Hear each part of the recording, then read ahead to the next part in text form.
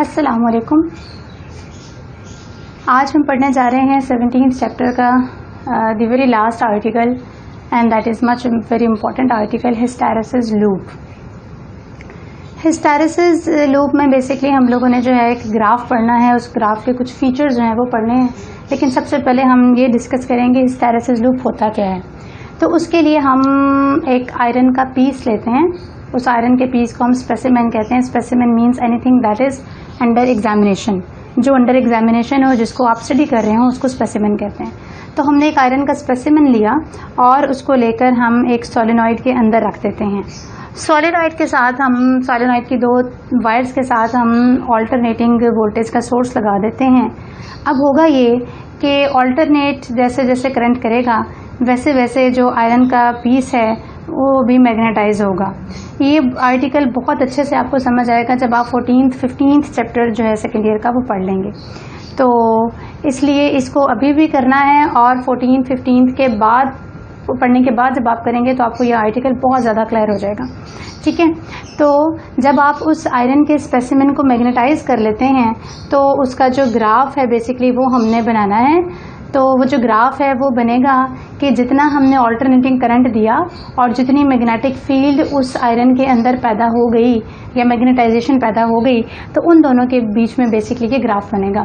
तो the graph between applied flux density, but flux density जो है that is the second name of magnetic field intensity या magnetic field आप कह लीजिए, and intensity of magnetization of the specimen for various values of magnetizing current।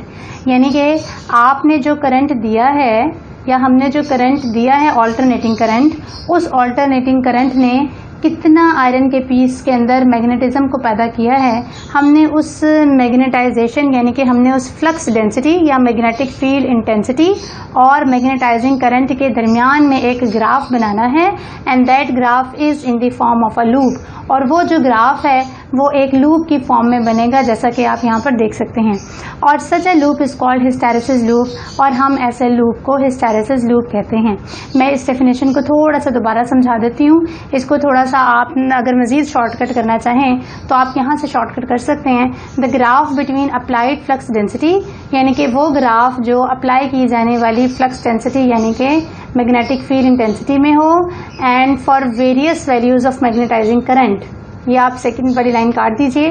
Various values of magnetising current का मतलब है कि ऑल्टरनेटिंग करंट की जब डिफरेंट वैल्यूज़ आएंगी उन पर वो आयरन के पीस में जितनी मैग्नेटाइजेशन पैदा होगी, हम उस फ्लक्स डेंसिटी यानी कि मैग्नेटिक फील्ड जितनी इसमें पैदा हुई और जो जिस करंट ने उसको पैदा किया उस करंट की डिफरेंट वैल्यूज़ के दरमियान में हम जो ग्राफ बनाते हैं that is in the form of a loop. और ऐसे लूप को हम हिस्टैरिसीस लूप कहते हैं। जैसा कि आप स्क्रीन पर देख सकते हैं दो ग्राफ्स बने हुए हैं, one for steel and the other one for iron. अब कुछ फीचर्स हैं इस ग्राफ के जो समझना बहुत इंपॉर्टेंट है। तो 5 फीचर्स हैं। हिस्टैरिसीस क्या होता है, सैचुरेशन, रेमनेंस या जिसको रिटेंटिविटी कहते हैं, coercivity and the 5th one is area of the loop. तो बारी बारी हम इसको डिस्कस कर लेते हैं। हिस्टैरिसीस पे चलते हैं। सबसे पहले हिस्टैरिसीस ये होता है कि आप जो है सबसे पहले सोलेनॉइड की 2 वायर्स के दरमियान में ऑल्टरनेटिंग करंट का सोर्स लगाएंगे। ऑल्टरनेटिंग बैटरी आपने लगाई। ऑल्टरनेटिंग बैटरी क्या करती है, करंट को ऑल्टरनेट करती है। करंट हाफ साइकिल के बाद अपने आप को रिपीट कर लेता है। अब करंट पहले पैदा होगा और करंट जहाँ जहाँ से गुजरता जाएगा उसके इर्द गिर्द के इलाके में मैग्नेटिक फील्ड या मैग्नेटिज्म पैदा होता चला जाएगा। इसका मतलब कि मैग्नेटिज्म बाद में पैदा हो रहा है जबकि करंट जो है वो लीड कर रहा है, आगे है। तो हम इसे लिखते हैं मैग्नेटिज्म लैग्स बिहाइंड करंट, कि मैग्नेटिज्म करंट से पीछे है, लैग कर रहा है। इस चीज़ को हम लोग कहते हैं हिस्टैरिसीस। ठीक है। Second point is saturation. Saturation क्या होती है वो अभी हम लोग डिस्कस कर लेते हैं। तो सबसे पहले आप ग्राफ को गौर से देखिए। ग्राफ में एक्स एक्सिस पर हमने लिया हुआ है करंट। अब चूंकि ये ऑल्टरनेटिंग करंट है, ऑल्टरनेटिंग करंट की जो है पॉजिटिव वैल्यूज़ भी होती हैं और नेगेटिव वैल्यूज़ भी होती हैं, इसीलिए इस 0 पॉइंट से या इस O से इस राइट साइड पर जाएंगे तो current is taken as positive और अगर इसके लेफ्ट साइड पर चले जाएंगे तो current is taken as negative. Similarly on Y axis हम लोगों ने फ्लक्स डेंसिटी या मैग्नेटिक फील्ड इंटेंसिटी लेनी है जिसको हम कैपिटल B से शो करते हैं। ये B की वैल्यू इस 0 से ऊपर जाएंगे ऑन पॉजिटिव वाई एक्सिस तो it is taken as positive और जब हम इसको नीचे लेकर आएंगे तो it is taken as negative. अब जैसे ही आयरन का स्पेसिमेन जो है, आयरन का पीस जो है वो उसको करंट मिलना शुरू होगा, तो ये देखिए आप करंट की वैल्यू यहाँ पर इंक्रीज हो रही है। करंट के इंक्रीज होने से रेड कलर के डॉट से शो कर रहे हैं कि मैग्नेटिक फील्ड इंटेंसिटी भी इंक्रीज हो रही है। एक पॉइंट आएगा जिसे हम ए पॉइंट शो कर रहे हैं, इस ए पॉइंट से आगे अगर आप फर्दर ऑल्टरनेटिंग करंट को इंक्रीज करते हैं तो further magnetic field intensity increase नहीं होती। ऐसा क्यों है? क्योंकि जो डोमेन्स हैं वो सारे के सारे लाइनअप हो गए हुए हैं, जैसा कि आप फेरोमैग्नेटिक मटेरियल्स में पढ़ चुके हैं। ठीक है, तो ये वो जो ए पॉइंट है, दिस इज दैट पॉइंट कि जहाँ से फर्दर आप करंट को इंक्रीज कर भी लें तो मैग्नेटिक इंटेंसिटी ऊपर नहीं जा रही, मैग्नेटिक इंटेंसिटी मैक्सिमम हो गई है। तो this A point is called saturation. हम इसको सैचुरेशन कहते हैं। सैचुरेशन एक ऐसा पॉइंट होता है जहाँ पर मैग्नेटिक इंटेंसिटी या मैग्नेटिक फील्ड इंटेंसिटी की वैल्यू मैक्सिमम हो जाती है। अगर हम इससे बियॉन्ड करंट को इंक्रीज भी करवा लें तो जो डोमेन्स हैं उनके अलाइनमेंट पर कोई फ़र्क नहीं पड़ता, डोमेन्स जो है वो लाइनअप ही रहते हैं और जो मैग्नेटिक फील्ड इंटेंसिटी है वो मैक्सिमम हो जाती है। This is called magnetic saturation या सिंपल सैचुरेशन। ठीक है, तो इसको हम लोग पॉइंट ए से शो करते हैं। Now come towards this third point, remnants. Remnants को रिटेंटिविटी भी कहा जाता है।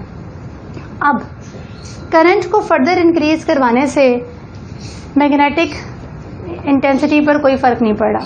अब हम क्या करते हैं, करंट को डिक्रीज करवाना शुरू कर देते हैं, क्योंकि ये ऑल्टरनेटिंग करंट है। जब हम करंट को डिक्रीज करवाना शुरू करेंगे तो ऑलरेडी जो उसके जो डोमेन्स हैं वो और डिसऑर्डर फॉर्म में आना शुरू हो जाएंगे। डिसऑर्डर फॉर्म में आने की वजह से होगा ये कि मैग्नेटिक फील्ड इंटेंसिटी की वैल्यू कम होना शुरू हो जाएगी। तो ये आप देख सकते हैं कि जो ग्राफ है रेड कलर का वो ए पॉइंट से वापस आ रहा है और थोड़ा सा नीचे आ रहा है। ठीक है, अब आप गौर करें कि करंट एग्जैक्टली ज़ीरो हो जाएगा, तो करंट के ज़ीरो होने पर मैग्नेटिक फील्ड इंटेंसिटी को ज़ीरो हो जाना चाहिए।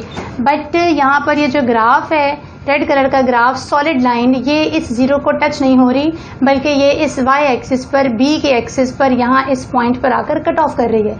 इट मीन्स कि करंट ज़ीरो हो गया है but magnetic field intensity zero नहीं हुई, इट हैज़ सम वैल्यू, इसकी कोई ना कोई वैल्यू है। तो ऐसा पॉइंट इस ग्राफ पर, हिस्टैरिसीस लूप के ग्राफ पर एक ऐसा पॉइंट जहां पर ऑल्टरनेटिंग करंट की वैल्यू जीरो हो जाए but magnetic field intensity zero ना हो, इट हैज़ सम वैल्यू, तो that point is called remnants और रिटेंटिविटी, जिसको कि मैंने यहाँ बोल्ड कर लिख दिया है कि करंट की वैल्यू जीरो हो सकती है but magnetic field intensity is not equal to zero, ये जीरो नहीं होती। और ऐसा क्यों होता है ये भी मैं आपको बता चुकी हूँ कि करंट के जीरो हो जाने के बावजूद कुछ न कुछ डोमेन्स होंगे जो ऑर्डर्ड फॉर्म में होंगे, उनके ऑर्डरलीनेस की वजह से उनकी जो नेट मैग्नेटिक फील्ड है उन सबको जमा करेंगे तो that will not give you zero, वो जीरो नहीं होती। अब हम चलते हैं इस ग्राफ के आगे। अब यहाँ पर देखें करंट चूंकि ऑल्टरनेटिंग है तो ऑल्टरनेटिंग करंट क्या करेगा, ऑल्टरनेटिंग करंट पहले इस जीरो से यहाँ मैक्सिमम जाएगा, फिर यहाँ पर वापस आएगा, फिर ये अपनी नेगेटिव साइड पर पीक वैल्यू पर जाएगा और फिर यहाँ से आकर वापस आएगा, तो इसका एक साइकिल जो है वो कंप्लीट हो जाएगा। तो अभी हम लोगों ने हाफ साइकिल जो है वो ऑल्टरनेटिंग करंट का कंप्लीट किया है। अब ऑल्टरनेटिंग करंट ने क्या करना है, अब इसने नेगेटिव साइड पर अपनी मैक्सिमम वैल्यू पर जाना है, तो ये करंट यहाँ से अब नेगेटिव साइड पर इंक्रीज होना शुरू हो जाएगा। तो नेगेटिव करंट जब इंक्रीज होगा तो आप गौर से देखिए तो जो ग्राफ है रेड कलर की लाइन वो आहिस्ता आहिस्ता नीचे आ रही है। अब ये रेड लाइन इस एक्स एक्सिस को इस पॉइंट पर क्रॉस कर रही है, इट मीन्स कि ये जो बी की वैल्यू है मैग्नेटिक फील्ड इंटेंसिटी ये जीरो हो गई है। मगर अगर आप गौर करें तो एक्स एक्सिस पर जो हम लोग ऑल्टरनेटिंग करंट ले रहे हैं वो अपनी नेगेटिव साइड पर जो इंक्रीज कर रहा है और उसकी वैल्यू जीरो नहीं है। इट मीन्स के ये एक ऐसा नुक्ता है जिस पर करंट की वैल्यू नेगेटिव साइड में इंक्रीज हो रही है और जो मैग्नेटिक फील्ड इंटेंसिटी है वो हमारे पास जीरो हो गई है। कहने का मतलब ये कि जब ऑल्टरनेटिंग करंट अपना नेगेटिव हाफ साइकिल शुरू करता है तो नेगेटिव हाफ साइकिल में थोड़ा सा करंट को इंक्रीज कर देने से जो सारे के सारे डोमेन्स होंगे उस आपके स्पेसिमेन के, वो सारे के सारे डिसऑर्डर्ड फॉर्म में चले जाएंगे। उनके सारे के सारे डोमेन्स डिसऑर्डर्ड फॉर्म में आने का मतलब ये है कि net magnetic field will become zero. तो इस पॉइंट को हम कोएर्सिविटी कहते हैं और वो करंट जो ये पॉइंट लेकर आता है, that current is called coercive current. तो इसी को मैंने यहाँ लिखा हुआ है, coercivity means B should be equal to zero, कि मैग्नेटिक फील्ड इंटेंसिटी आपके पास जीरो हो जाएगी, बट जो मैग्नेटाइजिंग करंट है that is not equal to zero, वो आपका नेगेटिव साइड में इंक्रीज हो रहा है। ठीक है, अब उसके बाद क्या होगा, alternating current negative half cycle में आहिस्ता आहिस्ता अपनी पीक वैल्यू पर जा रहा है। तो ये देखिए, ये जो मैग्नेटाइजिंग करंट है ये इस साइड पर आहिस्ता आहिस्ता इंक्रीज हो रहा है, और ये जो मैग्नेटिक फील्ड इंटेंसिटी है ये भी आहिस्ता आहिस्ता लोअर साइड पर इंक्रीज होती चली जा रही है।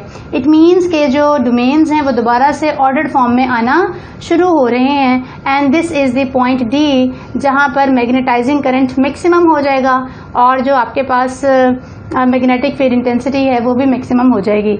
इससे फर्दर अगर आप लोग मैग्नेटाइजिंग करंट को इंक्रीज करते भी हैं तो भी उस स्पेसिमेन की मैग्नेटिक इंटेंसिटी पर या मैग्नेटाइजेशन पर कोई फर्क नहीं पड़ता। This point is also called saturation. It means के we have 2 points on this graph A and D, और ये दोनों के दोनों सैचुरेशन के लिए हैं। मगर इन दोनों में डिफरेंस क्या है, ए पॉइंट सैचुरेशन तब देता है जब आपके ऑल्टरनेटिंग करंट का पॉजिटिव हाफ साइकिल आता है, पॉजिटिव पीक आती है, और जब उसकी नेगेटिव वाली साइड आती है, नेगेटिव हाफ साइकिल की बात करते हैं, तो हमारे पास पॉइंट डी आता है। अब क्या होगा बेटे, अब जो करंट है मैग्नेटाइजिंग करंट, उसने अपना साइकिल कंप्लीट करने के लिए अब अपनी वैल्यू को डिक्रीज कर कर जीरो पर लेकर जाना है। तो जैसे जैसे देखें आप रेड कलर की लाइन को, करंट जो है वो आहिस्ता आहिस्ता डिक्रीज हो रहा है, तो मैग्नेटिक फील्ड इंटेंसिटी भी आहिस्ता आहिस्ता क्या हो रही है, डिक्रीज हो रही है। बट ये जो पॉइंट है ओ पॉइंट, इधर आकर एग्जैक्टली क्या हो रहा है, करंट की वैल्यू जीरो हो गई, बट स्टिल हमारा जो ये ग्राफ है इसकी जो बी वाली लाइन है ऑन नेगेटिव वाई एक्सिस, ये जीरो नहीं हुई है, यहाँ इस पॉइंट पर आकर टच कर रही है। इस पॉइंट को हम लोग ऑलरेडी ऊपर पढ़ चुके हैं। This point is called remnants या रिटेंटिविटी। ठीक है, तो यानी कि ग्राफ में रिटेंटिविटी और रेमिनेंस का पॉइंट भी 2 दफ़ा आया है, एक दफ़ा पॉजिटिव के लिए और एक दफ़ा नेगेटिव के लिए। और मैं दोबारा बता दूं, रेमिनेंस या रिटेंटिविटी एक ऐसा पॉइंट होता है हिस्टैरिसीस लूप पर जहां पर मैग्नेटाइजिंग करंट जीरो होता है बट मैग्नेटिक फील्ड जीरो नहीं होती। अब देखें फिर से, अगर आपने इस मैग्नेटिक फील्ड इंटेंसिटी को जीरो करना है तो करंट को आपको रिवर्स करना पड़ेगा। जब आप करंट को रिवर्स करेंगे तो कहने का मतलब ये कि करंट का, ऑल्टरनेटिंग करंट का सेकेंड साइकिल शुरू हो जाएगा और सेकेंड साइकिल का पॉजिटिव हाफ साइकिल आ जाएगा। इस पॉजिटिव हाफ साइकिल में जब आप करंट को इंक्रीज करेंगे या जब आपने करंट को रिवर्स कर दिया तो फिर ये आपके पास सी प्राइम वाला पॉइंट आ जाएगा जहां magnetic field will be zero but current is not zero. तो ये थे इसके 4 फीचर जो हम लोगों ने बड़े अच्छे से डिस्कस कर लिए हैं। अब हम चलते हैं इसके 5वें फीचर पर, the most important feature of this group, of this loop. 5वां फीचर है इसका एरिया ऑफ द लूप, कि इस पूरे लूप का जो एरिया है वो क्या कहता है आपको। जितना ज़्यादा कोर्सिविटी होगी किसी भी लूप की, इसका मतलब वो लूप उतना ही ज़्यादा चौड़ा होगा, उतनी ही ज़्यादा उसकी विड्थ ज़्यादा होगी, और जितनी विड्थ ज़्यादा होगी इट मीन्स कि उतनी ही ज़्यादा एनर्जी रिक्वायर है उस मटेरियल को मैग्नेटाइज करने के लिए, और उतनी ही एनर्जी रिक्वायर है उस मटेरियल को डीमैग्नेटाइज करने के लिए। तो कहने का मतलब कि एरिया ऑफ द लूप जो है ये हमें बताता है कि कितनी अमाउंट ऑफ एनर्जी आपने यूटिलाइज की है या ज़ाया की है इन मैग्नेटाइजिंग और डीमैग्नेटाइजिंग दी स्पेसिमेन जो कि अंडर स्टडी है। ठीक होगी बात।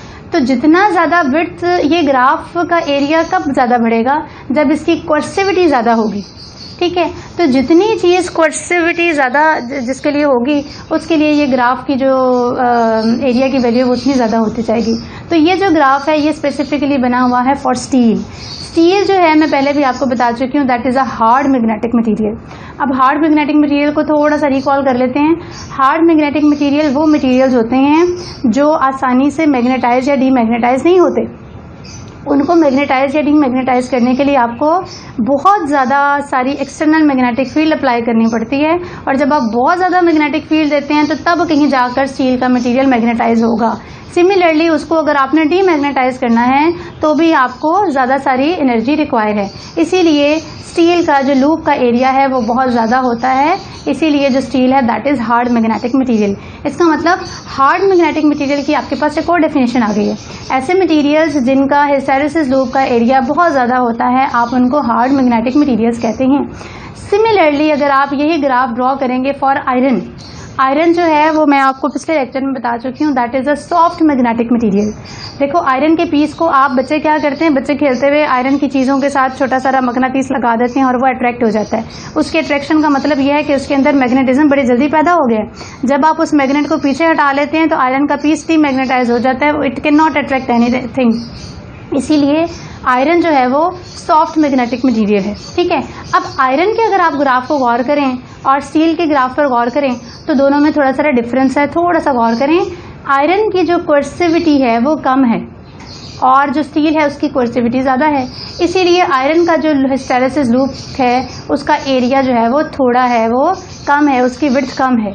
इट मीन्स के जितना एरिया कम होगा उतनी कम एनर्जी चाहिए होगी उस आयरन के पीस को मैग्नेटाइज या डीमैग्नेटाइज करने के लिए। इसीलिए आयरन जो है वो सॉफ्ट मैग्नेटिक मटेरियल है, ठीक है। This was all about today's lecture. थोड़ा सा इसको रिकॉल कर लेते हैं, समराइज कर लेते हैं ताकि आपके लिए आसानी हो। हिस्टेरेसिस लूप की आपने डेफिनेशन लिखनी है बेटे, देखने में बहुत मुश्किल लग रही है लेकिन ये आसान सी है। मैग्नेटिक फील्ड इंटेंसिटी में और मैग्नेटाइजिंग करंट में जो ग्राफ बनता है that is in the form of a loop, और ये लूप जो है वो दोबारा कभी भी इस ओरिजिन से नहीं गुजरता। दिस इज़ योर असाइनमेंट कि आपने मुझे इसका आंसर बताना है कि ये ग्राफ जो है वो दोबारा इस 0 पॉइंट से क्यों नहीं गुजरा, ठीक है। तो ये जो ग्राफ है ये एक लूप की फॉर्म में होता है, हम इसको हिस्टेरेसिस लूप कहते हैं।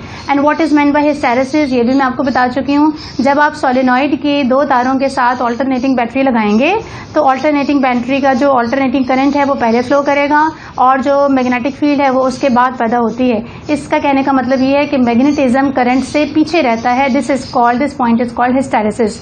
Next is saturation. सैचुरेशन का मतलब होता है कैपेसिटी का खत्म हो जाना बिल्कुल। तो यहाँ पर सैचुरेशन का मतलब ये है कि हमारा जो आयरन का पीस है वो मैग्नेटिकली सैचुरेट हो गया है, उसके अंदर कोई डोमेन ऐसा नहीं बचा जो लाइनअप होना रहता हो, ठीक है। थर्ड पॉइंट इज रेमिनेंस या रिटेंटिविटी। रेमिनेंस या रिटेंटिविटी ग्राफ पर एक ऐसा पॉइंट होता है जिस पर आप करंट की वैल्यू को बिल्कुल जो है वो 0 कर दें मगर उसके बावजूद मैग्नेटिक फील्ड इंटेंसिटी जो है वो 0 ना हो। Next point is coercivity. Coercivity remanence का बिल्कुल रिवर्स है। कोर्सिविटी में ये होता है magnetic field becomes 0 but current is not equal to 0, current को आपको रिवर्स करना पड़ता है। And the last point is area of the loop. जितना ज़्यादा एरिया होगा उतनी ज़्यादा एनर्जी चाहिए होगी मैग्नेटाइज या डीमैग्नेटाइज करने के लिए। Hopefully you understand the article.